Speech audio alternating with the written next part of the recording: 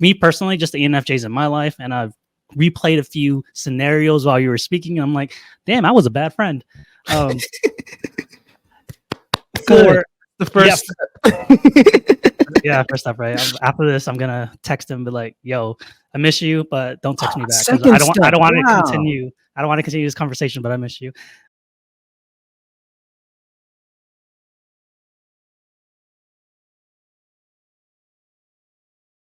Hi everyone, welcome back to my channel. Today I have a very special guest. This is Denzel Mensah. He is a fellow YouTuber. He's an ENFJ. This dude is one of the best YouTuber content creators out there. If you want to learn about MBTI types from the perspective of an ENFJ, which ENFJs also have NI as well, Denzel is the person that you need to watch. He has over 300 videos in his channel, and I have watched multiple of his videos throughout my entire career and even my life before YouTube. He is one of the most knowledgeable person, one of the most articulate person, and he is able to get to a certain level that us and I users that we live in. Denzel, that's your intro. Can you please tell my audience a little bit about yourself?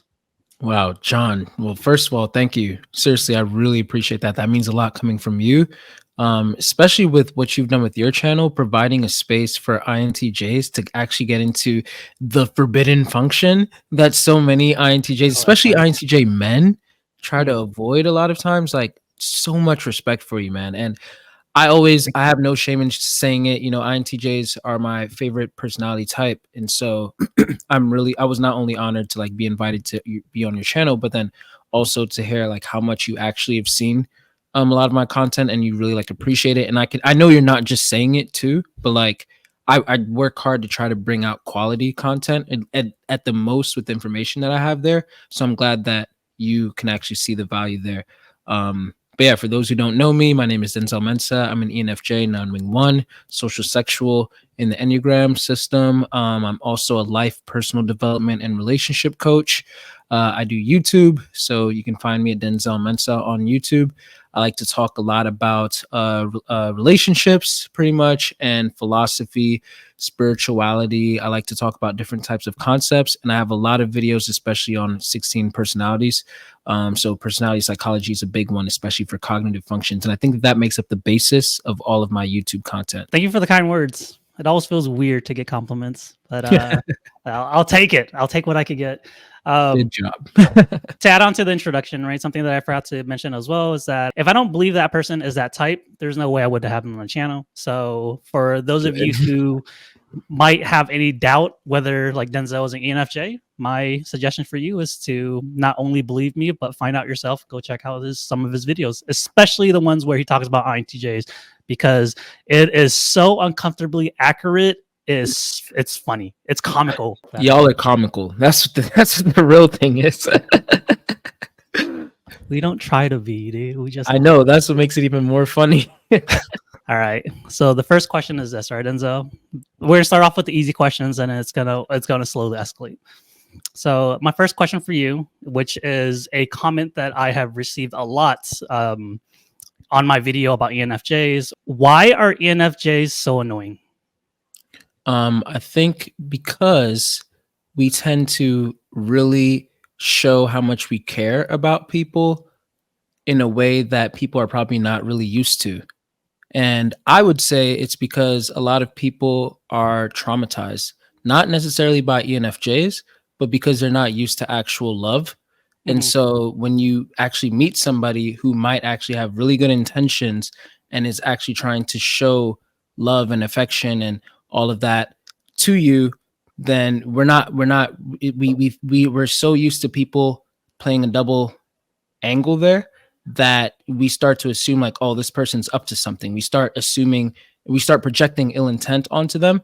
And yeah, of course, if you're always projecting ill intent onto somebody, that can be annoying and you perceive the person as annoying. But also at the same time, ENFJs, you know, they can tend to like meddle depending on like. Wait, hold on. I'm sorry to interrupt, right? I need clarity. You said projection. Are you saying that the INTJs are projecting onto the ENFJs or the ENFJs are projecting onto the INTJs? I would say, well, in this case, I'm saying the INTJs are projecting onto the ENFJs.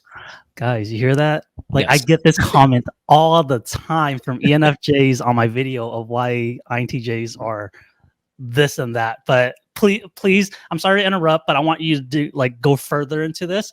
Please continue. Yeah. Like I said, my disclaimer is that INTJs are my number one favorite type. So this isn't me being a hater. It's just the truth from what I've gathered from talking to a lot of them.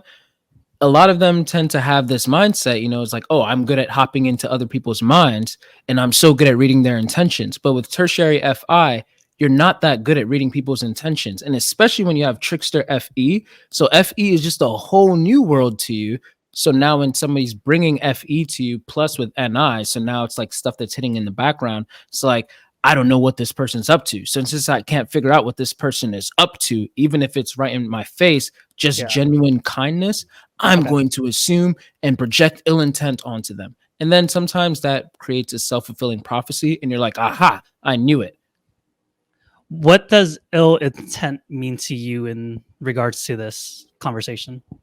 You're being nice to me so that you can take advantage of me later and get something from me. And I'm not going to give you the opportunity to do that. I'll take my food back.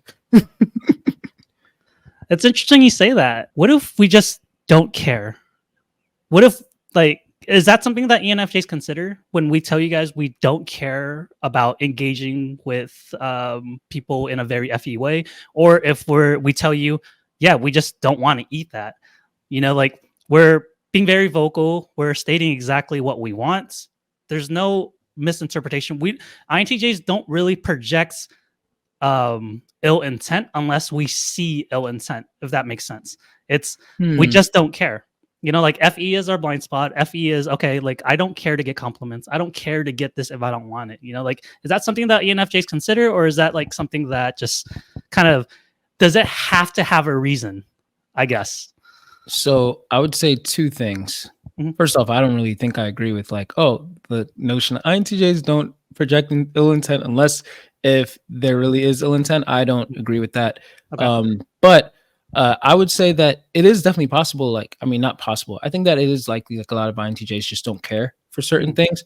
And I think that that's fair. Like, I don't know. For me, if I offer something to someone and they don't really care for it, then I'm like, okay, cool. And that's that. But if I'm getting called annoying because I offered it to you one time, then that's like, oh, okay. You're really sensitive. Like, dude, why are you getting like this? I just offered it like this one time. Now it is different if I'm like, you have to eat it. It's like, okay, that's annoying to anybody. I'd be annoyed by that if another ENFJ was doing that to me. But I feel like ENFJs usually are tapped into another person's emotional state and being well enough. And they're very sensitive about what other people think about them. And so if you're reading a room and you're the best at reading the room, you can tell when you're being annoying to somebody and you're trying to like force them to do something that's against what their will might be. And you can't force somebody to accept a gift. But if you're offering a gift and then a person calls you annoying because you just naturally show love by saying like, John, man, like, I just want to say like, I really like your channel. Okay. I don't care. Okay. It's like, yeah, I don't know why you said that. Like, I don't need to hear that you like my channel, dude. Like, I don't care about that.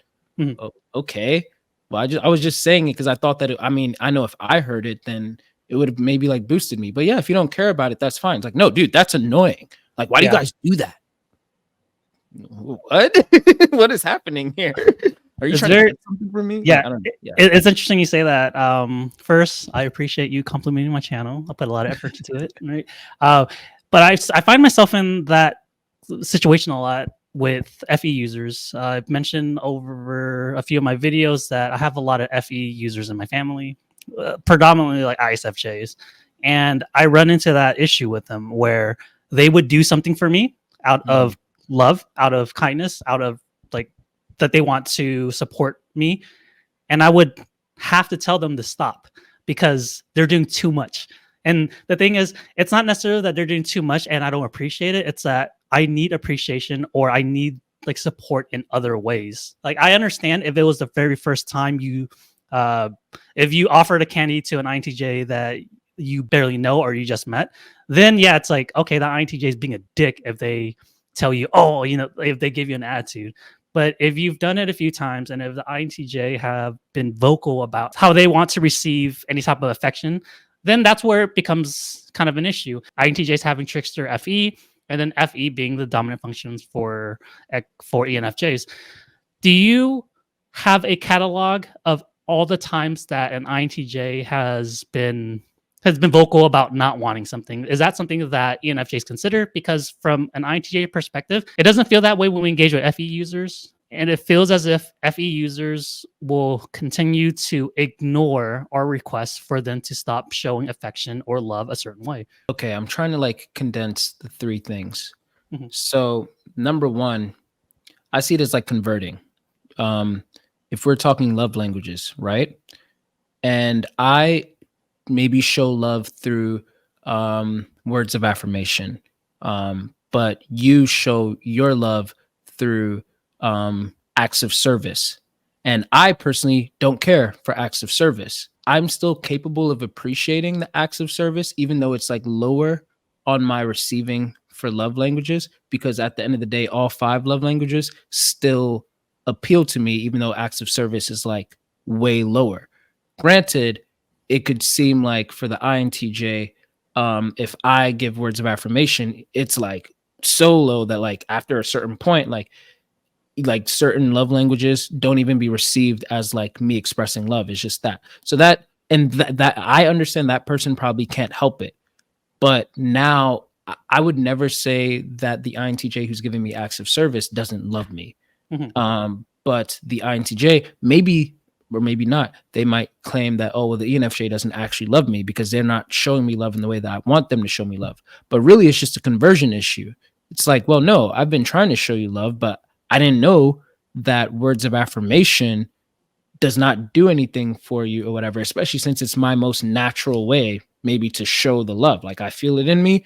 I want to tell you how much you mean to me. Yes, actions speak louder than words, as the aphorism usually goes or whatever like that. But sometimes that's not always the case, because that's why you'll have people who like do nice things or kind things for so many people. And then you might think like, oh, I think this person likes me. And then it's like, oh, wait, no, they just like everyone. But if somebody directly tells you like, hey, I want you to know that even though I do all of these things for everyone, I actually really like you. Like now you have receipts. The word is backing up with the actions too. But like now that you have a receipt, like even no matter how they're acting, they're directly telling you X, Y, Z. So sometimes those words can be a gift in itself. But of course, if you're not receiving the gift as love in its own, then it's like, okay, how can I better show you that I appreciate you or that I love you? Now, if you don't really care to be shown it at all, and I'm just also naturally a person who I like to embody love, I like to show it and express it in general, then honestly, I might just avoid you, because why would I want to be annoying to you? You know, if it's like, oh, well, this is because it's a rejection of who I am as a person. Yeah. And I also don't want you to change who you are. So if you reject love altogether, or you don't care for love altogether, and I want to be an embodiment of love, and you're just going to call my gifts annoying, I'm not going to force you to take my gifts. I'm just going to separate myself from you. That's interesting that you bring that up. Let's touch on that, because I feel like the way they explained it is something that I think most INTJs aren't aware of. And like I've mentioned this to you before, and I mentioned this in my video, like some of my closest friends are ENFJs, so I have like huge appreciation, but we had to go over that hurdle that you just presented. Can you go over what it feels like when you want to be the embodiment of love, you want to show appreciation for someone you care about, or if it feels like you're annoying them, right? Like, how does that affect you? It deeply saddens me, because to me, I'm giving the person a gift. Not in a way that it's like, you should be honored. Not in that type of way, but more as like, hey, like it feels that way though, right? INTJs, right? Like it yeah, really I think that's how they kind of receive it. And that's why I said it's a projection, because that's not how I'm giving it to you. I'm not giving it to you as in like I'm expecting something back from you. I would just like for you to receive it because I love you. That's it. I'm not expecting you to give it back. Would it be nice if you gave me back words of affirmation? Yeah, sure. Especially since you probably never do. But at the end of the day, I'm not even expecting that much from you. I'm just gifting you with like, hey, I know I naturally produce this, and I naturally produce it more when I really care about somebody. So I'm giving this to you. It's sacred. It's a gift. If you smack it down, if you call it annoying, if you project things to it. You're tarnishing a sacred thing that I'm giving to you. Why would I continue to gift that to you? But at the same time, I understand you well enough to know that, you know what, you just don't like this and you just can't accept it and all of that, and I can't force you to, and that's fine. You're not entitled to have to receive a gift from me. So that's why I said I would just pull it away. But sometimes I feel like maybe the INTJs don't understand from their perspective, or maybe they don't try hard enough to, that this is really a sacred gift that we're trying to offer. Yeah. And it usually, at least for me, you know, I know I'm supposed to be speaking for all ENFJs here, but I can't, like for me, it doesn't come with strings attached. It doesn't. And I think that that's the thing. Like, and if you can really understand that it doesn't come with strings attached and you still just are rejecting it, I'm not going to cast my pearls to swine. Not to say that the INTJ like is a hater now and all of that. It's just more like, oh, let me do us both a favor. I don't want to give sacred gifts to a person who's unable to see the value of them. And on top of that, tarnishes them by calling it annoying. And at the same time, I don't want to torture you and make myself look bad. Like, who likes being called annoying? No, I'm stopping. Yeah. I think there are 2 points to that. When it comes down to emotion, INTJs can compartmentalize it, right? Like, we can remove emotions from a statement. There are certain times that I find myself falling into this trap too, where I think an act or a certain gif is annoying. That doesn't mean I think you're annoying. I just think that, you know, like, what is happening is annoying, but that doesn't mean stop doing what you're doing. It's just stop doing this specific thing. That would be really nice then if the INTJ clarifies that. Okay. Sometimes I don't think they separate it. Their irritation just kind of makes it seem like the person is annoying. And it's almost like, that's why I said it's a rejection of me as a person. Yeah. And if you're rejecting me as a person, then it's like, well, then why would I continue to annoy you by being around you? But if it's like, again, a conversion issue, it's like, no, just instead of doing this, show me that same love, but in this way. Oh, okay. Yeah, sure. I can do that. Okay. So you're not rejecting me as a person. You're just rejecting the way that I give that gift. And that's different. The second part of the question I have is, you guys are a type that are just really great with people. We see you guys give compliments to people all the time. There are certain compliments that it seems as if it's not warranted for that person to receive, but ENFJs just naturally do that. As an INTJ with Trickster FE, how do we know that what you're saying is really how you feel as opposed to what you think you want us to hear at that time? Yeah. I think that again goes back to like the projecting thing. For me, I never say anything that I don't mean. Like, ever. Even if I'm speaking to like a stranger or whatever, it's, to me, it's more like I'm aware that I naturally, like I said, I produce more kind things, I guess, that come to mind. And it's like sometimes I'll even be walking with my ISFP wife and I'll see someone who has a nice shirt. My ISFP wife might think to herself like, oh, wow, like that's a nice shirt, but she won't say anything to the person. I'll think it. Yeah, why would we? And yeah, I know, you know, and that's fine. I totally get that. But for me, it's like, I'll think it, but then I'm like, why not? And I might say to the person, like, I won't egg it on or anything. I'll just be like, as we're passing by, like, hey, nice shirt. Oh, thank you. Yeah. And then who knows? Like, hey, nice haircut. Like, oh, wow, thanks. You know, and sometimes maybe they might not care. I don't know.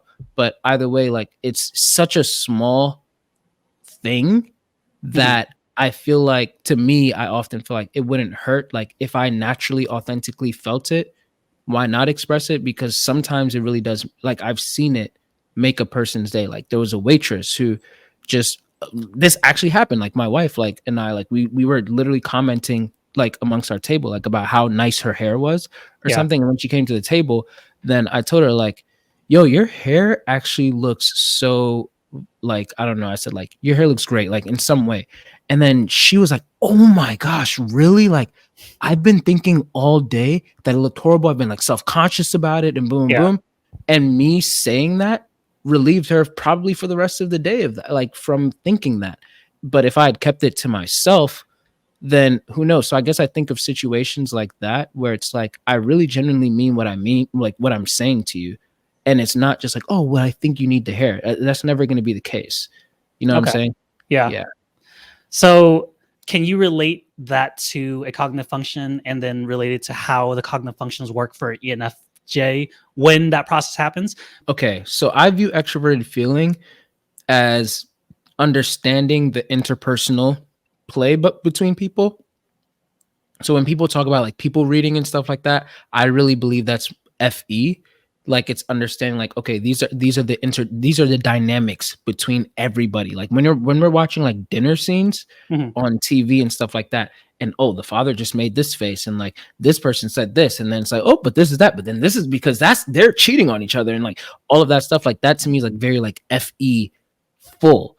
Uh-huh. And so you're also, especially with NI, you're so aware that if you toss this little thing in there, then the dynamic can change. And you Mhm. can change it very big and you can change it very small. So being aware of how much you can influence society, uh, it kind of also, I feel like with great power comes great responsibility, and every type has great power in their own way. So as an FE dom, to me it's like, okay, because I have been gifted with heightened awareness of understanding social interplay, Mhm. and I'm also aware that when people are operating from their highest selves, when they are operating from a place of love, when they are feeling better about themselves, and all of that, we tend to be kinder to each other. And when we're kinder to each other, more things get done. I know that TJs love that, right? When we're kinder to each other, then Hell yeah. there's more ease of rapport. When we're kinder to each other, it's like, hey, maybe we shouldn't nuke Japan. Maybe we should go and talk to them. And Mm. let's really try to like get this down, because and sometimes that kindness can literally just be spread by small actions of, hey, I'm not forcing this thought. I had the thought that I liked this person's hair, and so I just said it. And Okay. they were happy, and who knows, maybe the rest of that day that lifted their spirits enough for them to do something else kind to someone else. Now you're creating a chain of kindness Like to a other people. pay it forward type of thing. Yeah, I guess so. Yeah. Mhm. Okay. Okay. That makes sense the way that you explained it to me, especially throwing in the NI, the part where you said if you change the variable, then everything changes type of thing, right? You have the ability to influence people because INTJs go through that too. Since we're on the topic of FE, and then this might just be a negative stereotype, so please provide us more clarity on the topic of this. This is Mhm. something that I believe that a lot of people, not only the INTJs, predominantly TE users, feel about ENFJs. ENFJs don't have FI in 1 year 4 stacks. Mhm. So, what gives ENFJs the right to ask how someone's doing if you don't even know how you're doing yourself a lot of the times? If you don't have your own values to play off of, like what gives ENFJs the right to know how someone else is doing or someone else's value or, to influence their feelings or emotions? Yeah, I think that even though the ENFJ might not always be aware of how they're feeling, um, that doesn't change that they're naturally equipped and attuned to how another person is feeling. Like I know for myself, I call it having empath ethics.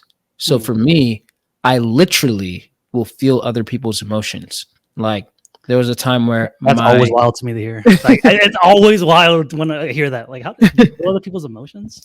Yeah, like there was a time where my mother-in-law was like I was at my mother-in-law my in-laws home with my wife, and I was talking to my wife in the kitchen, and then I literally just told my wife, I was like, your mother's on her way home right now. Like she's pretty much home right now, and I think that she's very angry. And then Jamila's like, "What?" And then within 2 seconds, we hear the garage door opening, and then she Mhm. walks in, and she was upset about I forgot what she was upset about, but like Jamila was like, "Oh my gosh," and Fucking stuff Miles like that like Morales right now. happens like You have a spidey sense. frequently. That sounds like And a spidey sense to me.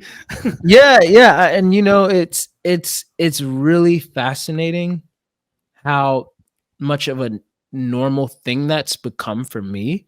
Mhm. Like it's like I feel everyone's emotions. Like I walk into certain rooms, like, oh, okay, this is what it is. There's a conglomerate. I was at a wedding one time, and I literally had to walk out during the reception because most of the emotions I was feeling in there was envy and jealousy.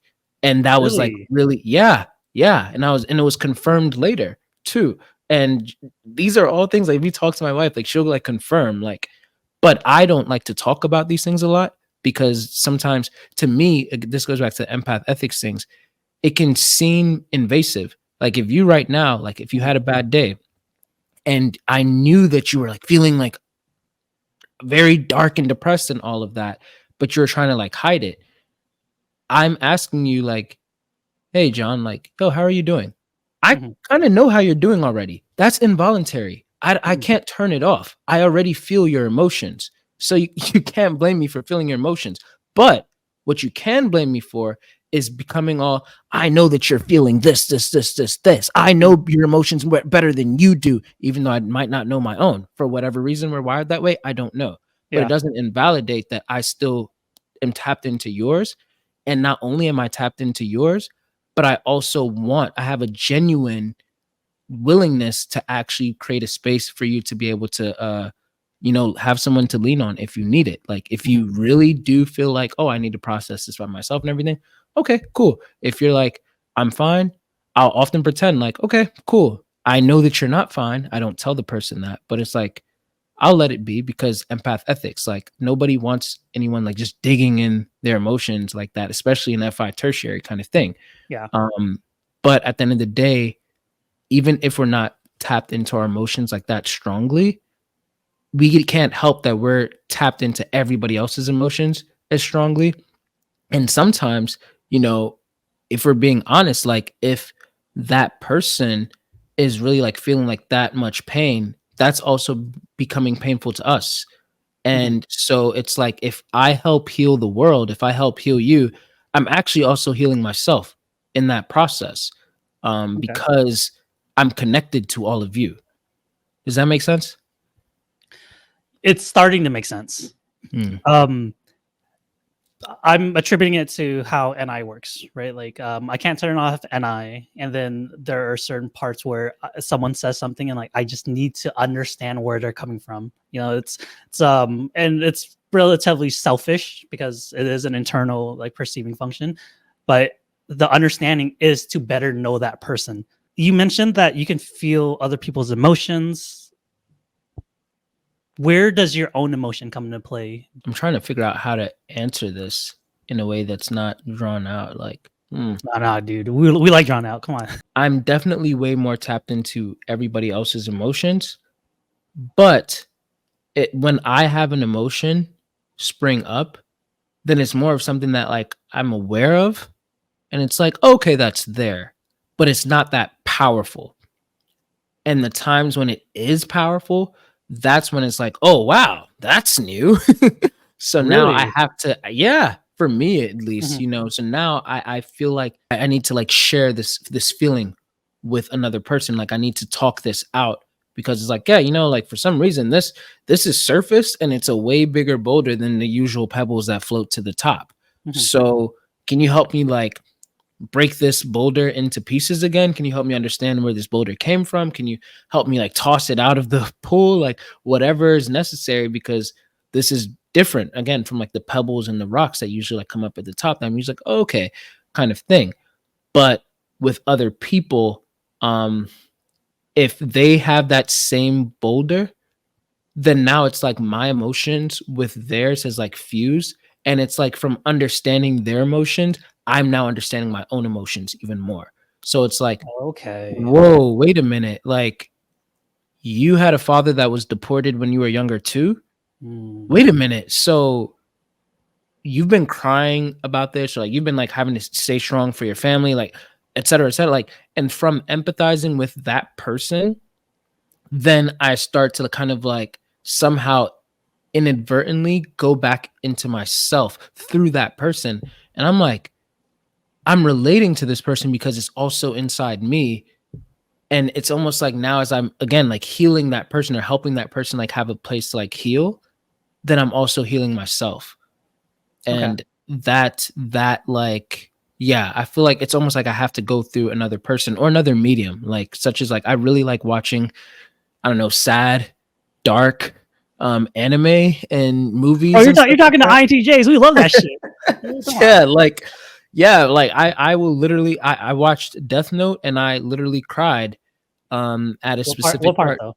Yeah, I cried when Spoiler Light alert died. for people. Yeah, for spoiler alert for people who might have not watched it. When L died, he's literally one of my favorite anime characters of all time. And I sobbed. I sobbed. I really, really, really loved I Elle. cheered. Like, I cheered. I was Wow. well, I mean, like, I love Elle as a character. Honestly, I feel like Mhm, the anime should have stopped at that point too. But I love the fact that there was climax to that like mental battle. I didn't really mhm, care who won. It's mhm, just like it was nice to see that someone actually like came out on top, you know. mhm, mhm, mhm. But yeah, okay. So you cried when Elle passed away. I Like, did. uh huh. I did. I was literally sitting there. I was like, "What?" Because there's still so many episodes left, Yeah. and I was like, and I really attached to him. I really felt like Mhm. connected to him. And I just saw like he just wanted a friend, and Light did him so dirty, and I was just like, "Dang."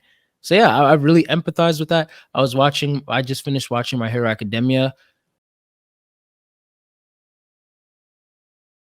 I was sobbing toward the end of the yeah, like, I was really, like, tearing up because Midoriya has such a pure heart, and he just wanted to help everyone, and people the whole city was rejecting him, Mhm. and it's like, I watched this man, this teen from season 1 up to season 6 right now, everything that he did was for the people, Yep. and these same people are rejecting him. That's so messed up. Like, I really empathize and like, and it's, yeah, and I just, yeah, I appreciate things like that. The necklace that I often wear, A Series of Unfortunate Events, is where it comes from. I used to read those books all the time by Lemony Snicket when I was a kid because even though they were all very tragic, I felt deeply connected to them Mhm. through that tragedy. So I feel my emotions the most when I'm engaging with other people. When I'm by myself, I don't really feel anything. And I think I could attribute that to NITI. Like I'm just in this like cold analytical space. But when I'm with other people, that's when I really feel emotions. Or if I'm watching something and it's like evoking something in me, Mhm. which I seek a lot of that. Like that really brings it out the most for me. Okay. How does NI come into play when you're alone? I run tons of simulations. Mhm. Like when I'm alone, so there's a lot of different things. I'm processing all of the things I'm like learning, whether it be like chakras or astrology or stuff about theology or tarot, like whatever it might be, magic, anything, Mhm. typology. Like I'm condensing all of it. I'm like trying to see like, oh, like what things like actually are the same, but we just call it different things. What things are actually different, but we call it the same thing. I'm just processing all of that. And then another way is that I I'm running simulations all the time of like, okay, it's like the Doctor Strange meme where he's like, okay, if I do this, this is that. Nope, I don't like that outcome. So then I trail back. Okay, what about nope, I don't Mhm. like that. Like, ooh, okay, I like that. So I'll hold on to that one, but let's try this one. Okay, no, no. Oh, okay, all right, cool. And so it's almost like I'm always walking I told you into guys he knows NI. This guy's an NI user, right? For those of you who are doubting me, like he explained NI so well. yeah, I'm that's sorry. Go on. like no, you're good. So yeah, even when I wake up, like usually in the morning, like that's how I usually am able to like keep my center and my Mhm. zen because I try to run my whole day loosely through. That way, it's almost like I'm thinking of like Michael Jackson, the uh I think it's Beat It music video where like there were squares in front of him that were like lighting up as he Oh, was that's moving. Billie Jean. Billie Jean, that's what it Yeah. was. Yes. Mhm. Yeah. And the choreography of that was like they weren't lighting up because he touched them. They like the people told him like, okay, this one's gonna light up, and this one's gonna light up, and this one's gonna light up. Mm. So it was up to him to follow that path. So I see that as like when I'm running my simulation, I'm like kind of remembering like, okay, like these are the squares that are gonna light up throughout my day. And as long as I'm aware of which squares are going to light up throughout my day, which of course, some things are going to be unpredictable or whatever, but the more aware I can be, then the less I'm going to be caught off guard with certain things that'll then have to force my tertiary SE to react or in a certain fashion. And so that way I'm able to still keep a center throughout everything that I do. I can pivot more easily because I'm still keeping Zen with all of that. Since we talked about a bunch of your cognitive functions, I want to talk about your lowest function, right? Introverted thinking. Mm-hmm. What's your relation with introverted thinking? And please use personal experience. Yeah, I introverted thinking is my favorite of all the 8 cognitive functions. I really, I deeply appreciate it. Mhm. In myself, when I was younger, I realized like how accepting I was of other people's information. I've always had an affinity for introverted thinking, but rather than straw manning, I steel manned a lot. So like let's say if we're thinking about like religion or something like that, Mhm. instead of like having the type of mindset where if somebody's saying something that doesn't really make sense, then I would have in my mind like I would think like, oh well, maybe I'm just not smart enough to really understand it. And so Mhm. instead of trying to like poke holes in it, I'll still man it by like strengthening their argument. I'll try to make it make sense. Like, oh well, maybe they also mean this and maybe they mean that. And so it's almost like I'm helping them Yeah. further deceive me unintentionally, because a lot of times they're just saying like what they think. But I guess to me, I don't share things unless if I know them pretty much for certain. So then I Wait, assume that other people are the same way. And then wait, hold on. I You realized many times. you use the word deceive. Like, Yeah. what does that mean in this context? In this context, I said that well, I also said like right after that, like they're unintentionally doing so, but Yeah. I mean like as in giving me false information about something. And so Okay. and they're doing it in a way that's very confident. And my Mm. thing is, if you're like saying things like super confidently, then it's like, oh, then you must know what you're talking about. And I found out quickly, like, oh no, a lot of people don't really know what they're talking about. So Mhm. now I actually have to, I had to learn like a few years ago, like to stop just accepting what very confident people are asserting and really go do the work and look this up myself, no matter how confident they are. And then since then, there's been a lot of times where it's like I tell people, no, that's actually not right. Or like even if they're saying it Good. confidently, I'll like I'm look glad up. you started doing that. Yeah, yeah, me too. And I try to like, like my whole thing is I'm way more concerned about actually having the right answer than being right.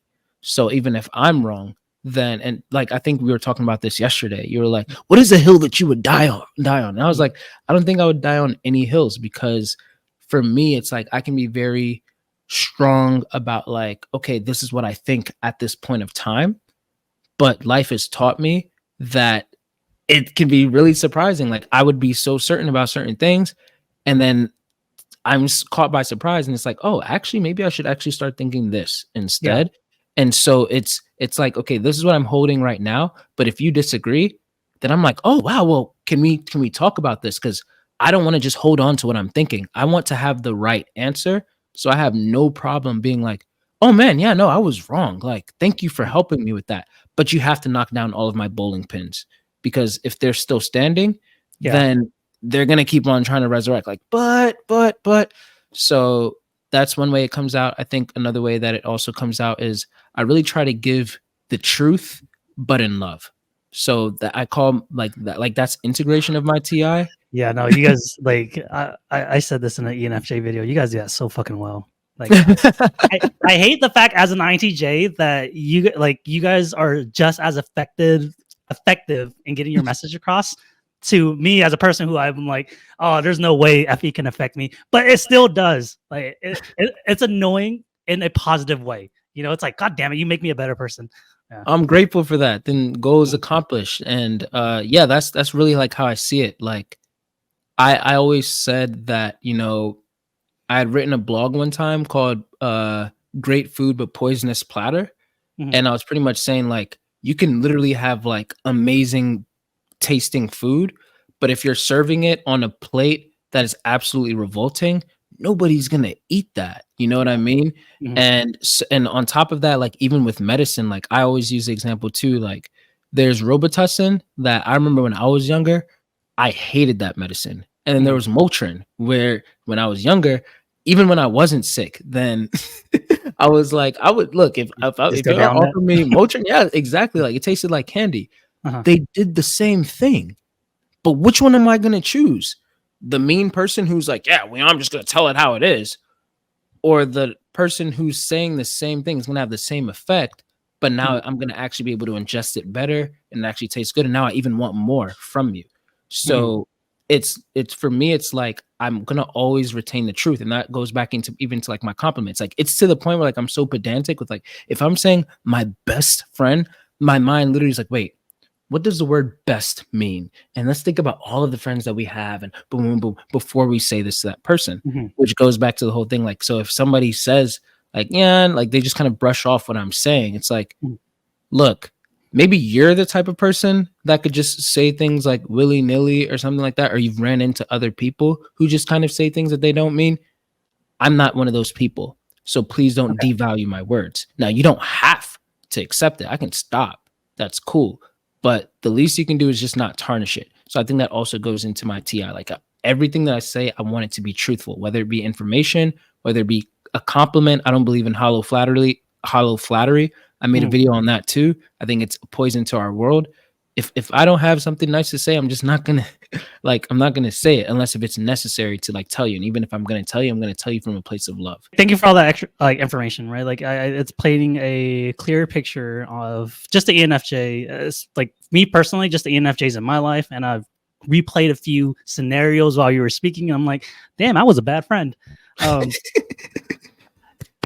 For the first yeah, first up, right? After this, I'm gonna text him, be like, "Yo, I miss you, but don't text me back. I don't want to continue. I don't want to continue this conversation, but I miss you." You're making progress already. I'm really proud of you, John. Thank you.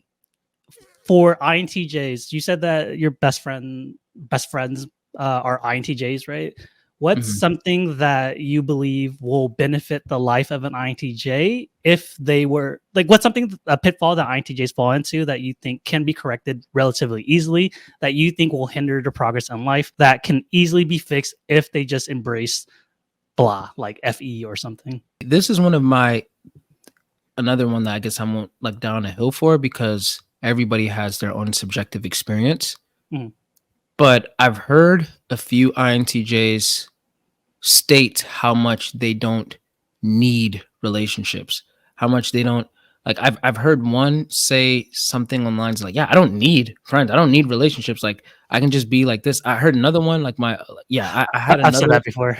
And it's like I know another INTJ who said like very confidently and assertively, like if she had the opportunity to just like live on the moon by herself, like she would be totally fine with that. She said that she forgets about people completely, like if they're not like actually contacting her and stuff like that. I mean, that is a thing though. That is a thing. Yeah. And I believe that much, but sometimes I feel like, and this is where I try to be careful not to project. Sometimes I feel like it's one of their ways of like bragging, maybe like, yeah, I don't need people. I don't need this. I don't need that.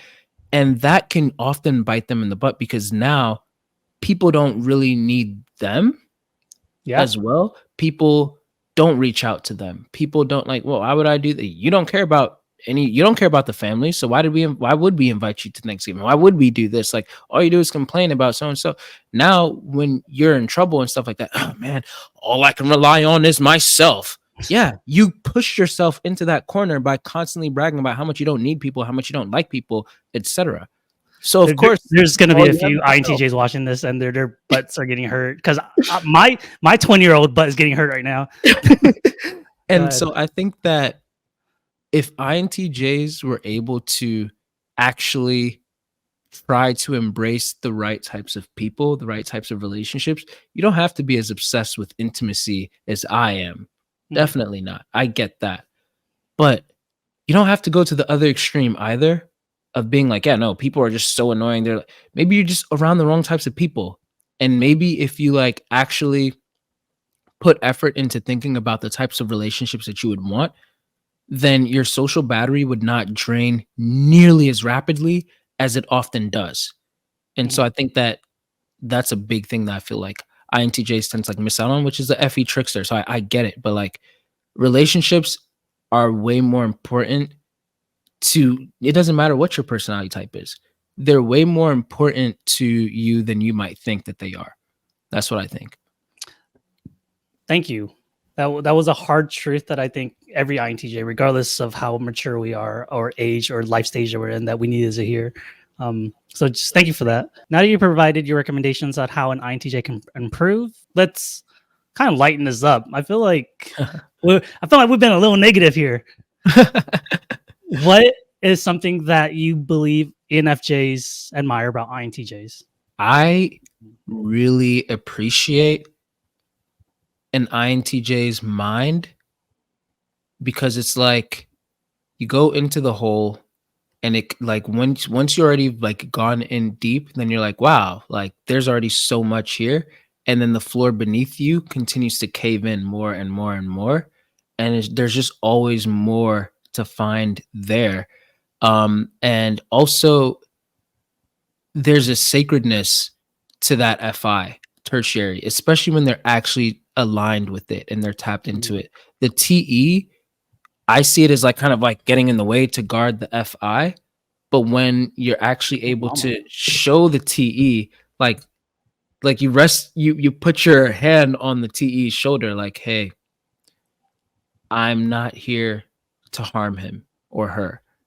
I really just want to sit down with her.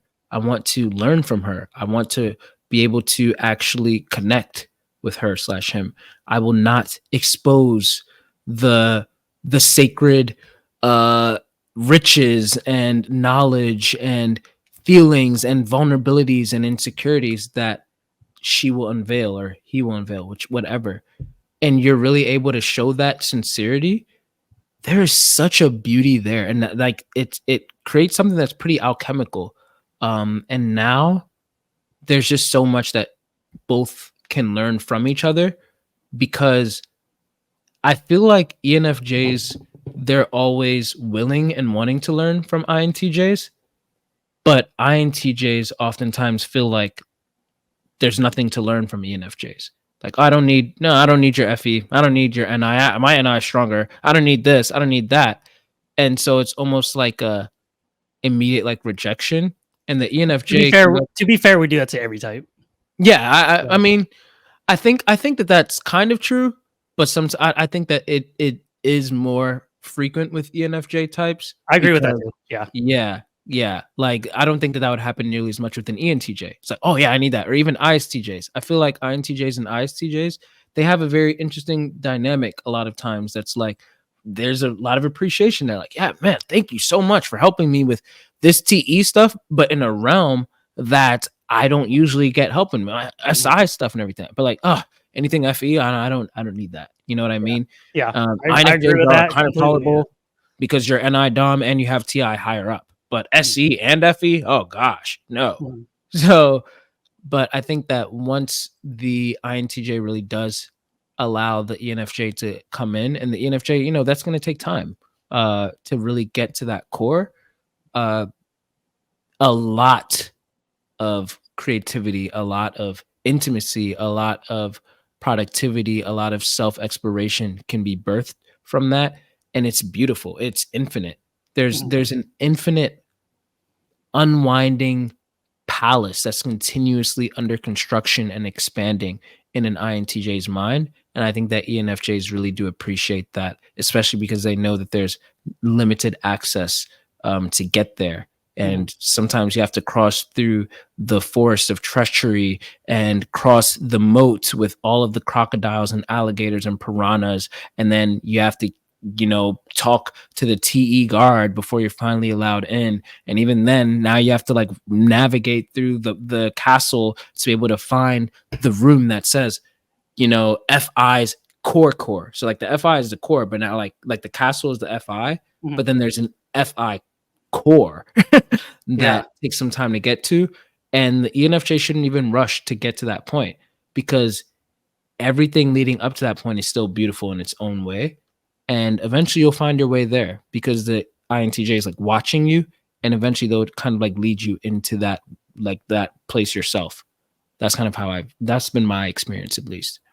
So poetic, the way you explain it, just like so visual. I can imagine the moat. I can imagine the crocodiles. I can imagine just a child, my FI child, just locked in a room playing by herself. Yeah.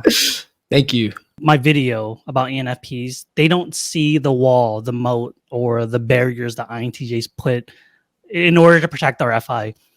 It sounds like ENFJs do see it, but you respect it. But it's not necessarily like, but there's some intrigue in it where you're willing to, like take the hero's journey and then to go past all that in order to reach FI. Does that sound correct? I think it's 100%.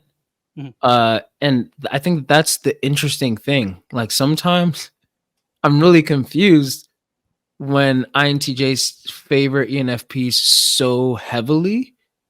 Because when I see, oh my gosh, like when I'll see like how, to me, reckless and callous an ENFP might like go like to get there, and I'm seeing it's like, oh my gosh, like, don't you know that area is sacred? Yeah. But the ENFP like just somehow they were able to make it through, and I'm like, huh. But then here I am, like I'm trying to like make my way through it, and it's, I guess sometimes because I'm holding it so safe, I'm trying to like show respect and reverence. And my assumption is that the INTJs, they can become like, you're being too nice, you're being too polite, you're what are you really up to? This is an act.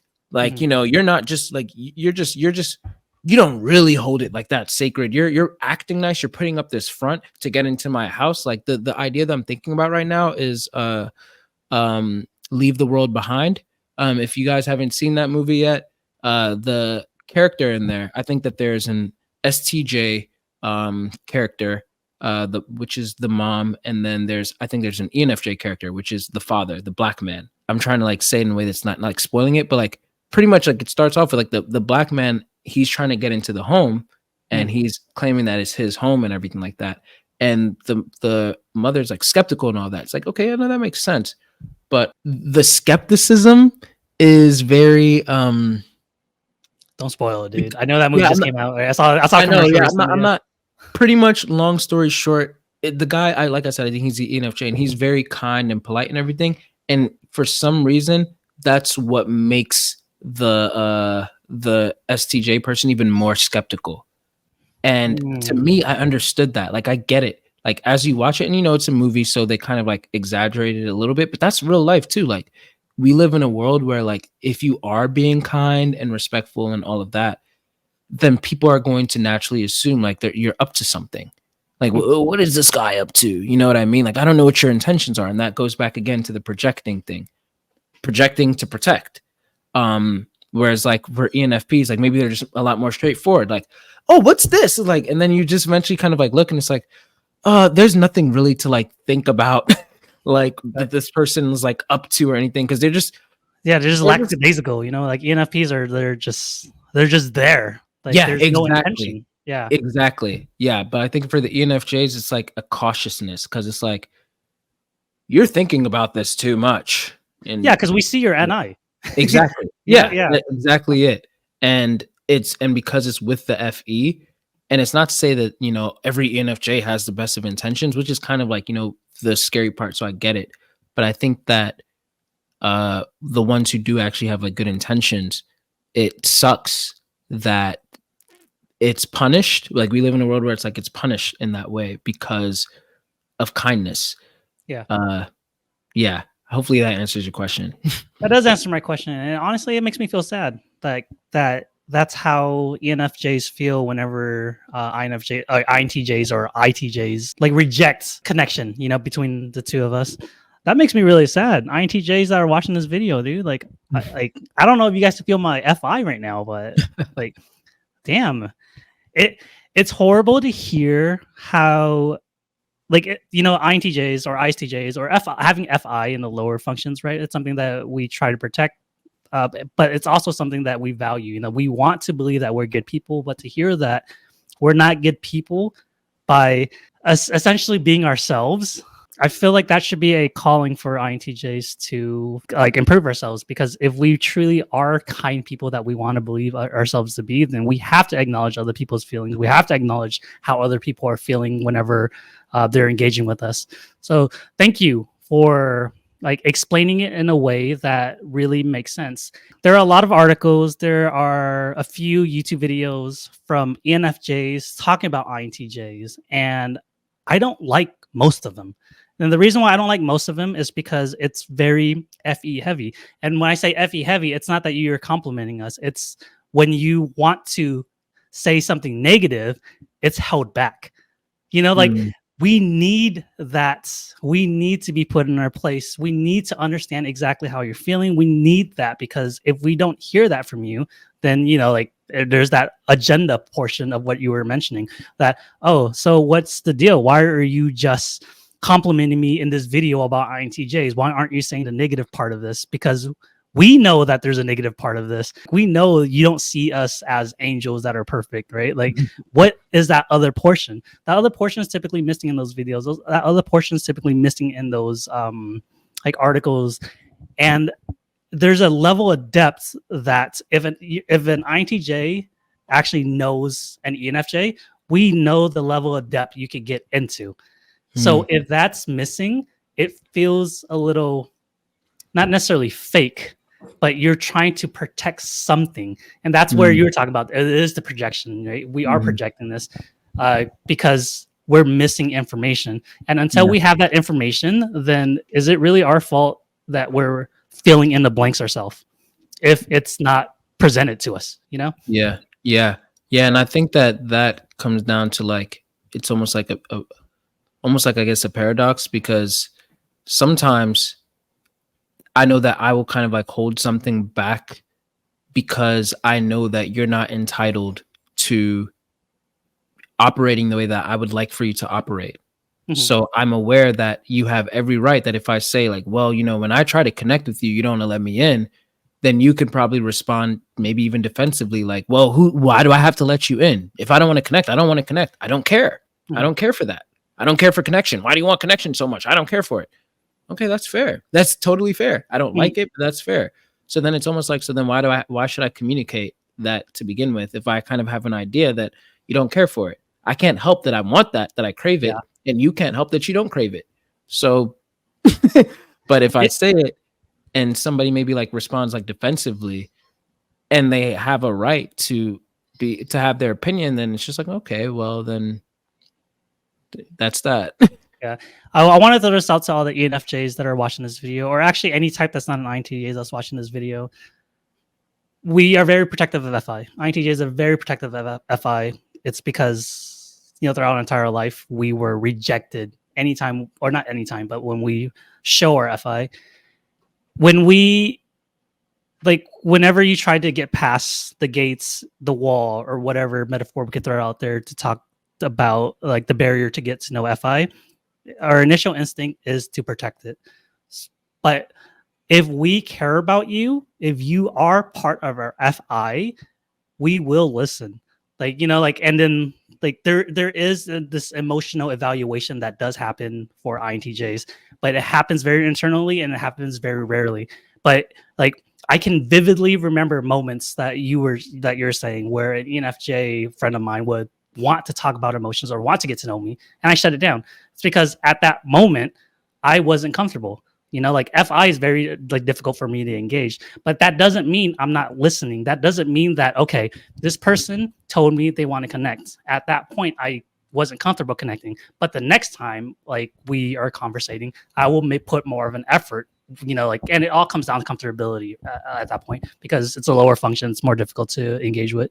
Um, so I don't know if this is common knowledge, but please be vocal with INTJ. If you are a part of our FI, we will make room for you. We will make room for your request. It might come off very TE heavy, but that doesn't mean we're not listening. We really do care. And you know, like, I want to make sure that that's something that is I want that to be common knowledge. You know, like that. I know INTJs are very hard headed. I'm very hard headed myself, like extremely hard headed. I think very highly of myself, but at the same time, once I start feeling my FI, once I start getting to the lower functions, that's where my experience with everyone helps me develop as a person. So please, please be vocal with your INTJ, unless they're adamant about saying, "Yo, stop doing this." You're not doing anything wrong. Mm. Like something about being an INTJ, which I feel like you already know this because you have so many INTJs in your life, is that everything and everyone annoys us. Like there's we don't want to feel this way. It's just, life is hard. Engaging with the world is hard. Having blind FE is hard. So as an INTJ, it's difficult to engage with the world. It's difficult to engage with people. Like just everything in life kind of just annoys us. So try not to take it too personal. Is all I'm trying to say. Yeah, I appreciate you saying all of that. That that was very validating to hear an Mhm. INTJ say themselves. Because yeah, sometimes I like I said, I try to avoid projecting. Yeah. So I do want the SE verification of whatever my NI is picking up on.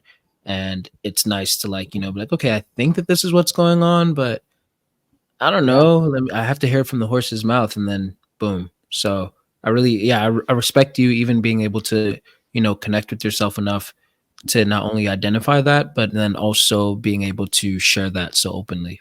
I respect it a lot. Yeah, I want every relationship that an INTJ has that's watching this channel, or just everyone in MBTI communities, just be better people. Not necessarily better in terms of um, a certain metrics. Be the person that you want to be, that you can be, better than like yesterday, better than a week before.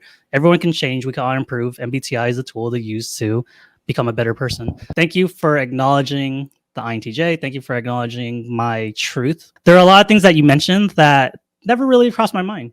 It expanded my understanding of ENFJ, how much an ENFJ respects an INTJ's like wall that we build up to defend who we are. That you respect it enough not to cross it if we think it's unwelcomed. And I respect the fact that you guys are able to.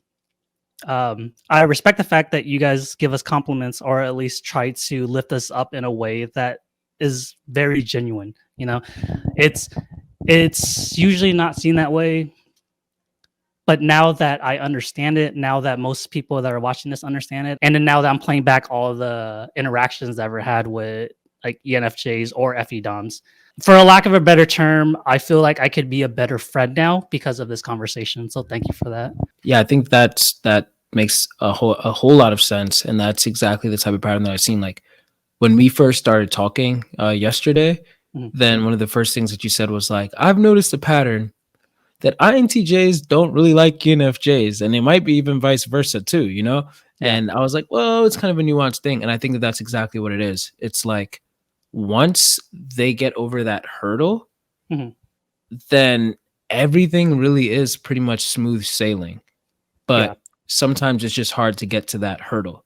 But after that, like after that hurdle, it's super smooth, and like that's where when I when I agree. talked about that castle and everything, it's beautiful. And so I think that they end up becoming like they madly love each other after that. But to get to you have to get to the hurdle and over the hurdle first. So I'm Yeah. really glad that you were able to even have the idea to invite me here and us have this discourse. And who knows how many INTJ and ENFJ dynamics will actually be like, huh, you know what? Let me go back and redo that a little bit. It's never too late to repair. This video is getting kind of long, so we should probably end it soon. Is there any last things that you think we should bring up in this conversation? Any last compliment?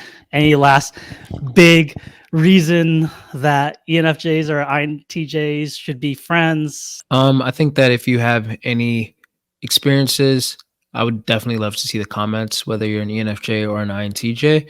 I would love to see, like, with the aim of actually creating more connection between the two. So, like, if you have a complaint about the other type, go ahead and put that there. But also, I would say like try to be like mindful of like where the aim here is not to just complain and like let off steam, but like to put something down so that the ENFJ or the INTJ can be like, oh yeah, I didn't see it that way. I guess almost like how John and I have demonstrated here, and whatever we haven't addressed here, or if there's something that you actually have witnessed or experienced from what we've said here in the video, we would love to see it in the comments because that'll cover the grounds that we haven't covered in this video. and it'll continue to foster better relationships, which as an ENFJ, that's always the goal that I'm looking for. Now let's hear it from a TE perspective. Right. That was amazing. Like, I love that. It was very FE heavy though.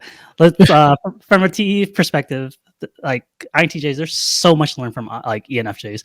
I've said this before in a video, and I will continue to say this. ENFJs are one of the types where I learn the most. And it's not just learning about relationship, it's learning about how to navigate life, it's learning about how to navigate all these things, learning about just all these pillars, all these walls that continuously gets in the way for an INTJ. ENFJs know how to do. Like, they know how to get around it. They're one of the only types out there that has introverted intuition. They're one of the only types out there that actually fully can grasp when we start engaging with NI. And as INTJs, we know how lonely NI could be. Don't deny this friendship. Speaking from experience, the ENFJs are the INTJs, one of our biggest allies. If anything, just entertain the thought of an ENFJ. Start listening to their recommendations or any type of growth opportunities that they present to you, and actually listen to it. You don't have to do it, but there's truth in it because they are using NI as well. Nice. Yeah, I know it's weird. Like, when I hear an FE closer, I'm just like, okay, I don't know if that's gonna get through to the INTJs. No, that's fair. Thanks again, Denzel, for coming on my channel. I really do appreciate this. And I just want to say this again for all of you who have never been to Denzel's like YouTube channel. Go there to learn about every type. Go there to learn about INTJs. He's very knowledgeable. He speaks in a way that us NI users can understand. And honestly, like, dude, you're very entertaining in your videos. I absolutely love them. Thank you. I really appreciate it, John. Seriously. And thanks for even having me to begin with. I really enjoy your channel. I'm really happy that a lot of friends that I know also enjoy your channel. So they'll be getting a double treat from this video. And I'm just honored that you even thought to have me on here. So I appreciate it. Thank you again, everyone, for watching. Again, I appreciate a review. So thank you very much. Bye, everyone.